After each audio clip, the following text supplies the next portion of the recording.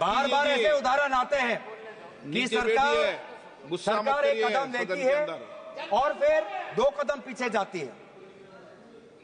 उसका एक और उदाहरण है sovereign gold bonds. Sovereign gold bonds ये सरकार ने 2015 में लाए।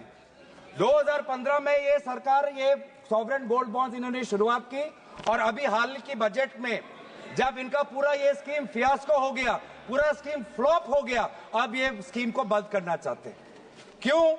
क्योंकि इनका मंशा ये था कि बाहर से जो गोल्ड का इंपोर्ट आता है वो घटना चाहिए। इनका प्रेस रिलीज में यही सरकार का ये था जब सॉवरेन गोल्ड बॉन्ड्स आया।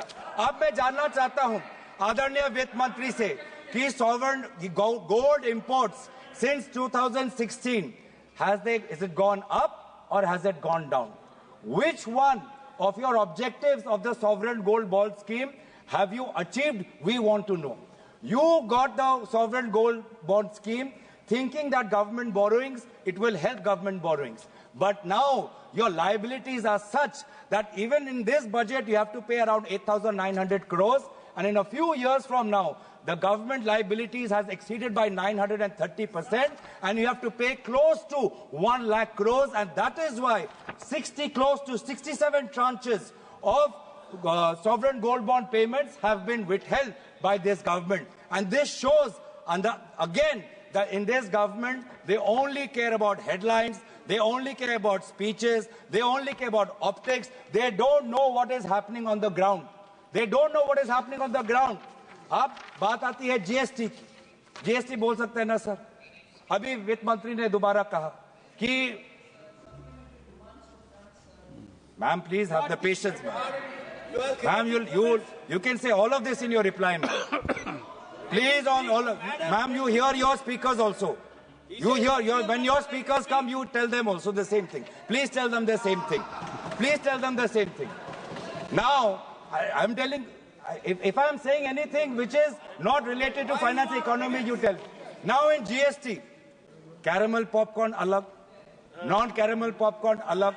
Now GST में sir former chief of economic adviser, इन्हीं के सरकार के टाइम में former chief of economic adviser ने कहा है कि सिर्फ रेट कट से नहीं होगा, आपको जीएसटी स्ट्रक्चर में सुधार लाना है। लगभग 100 रेट है, इतने सारे सेसेस है, मल्टीपल टैक्स स्लैब्स है। आज तो सर आप हैरान होंगे ये जानने पर, आज मंदिर पर भी जीएसटी है।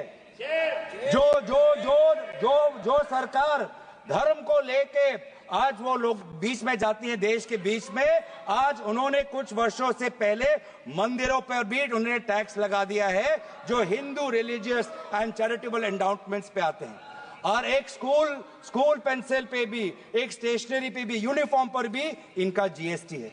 और जीएसटी, मैडम आदरणीय अध्यक्ष महोदय, GST has become the new tool for blackmail, extortion and evasion. GST rate has become the new architecture for harassment, and evasion has also become easy.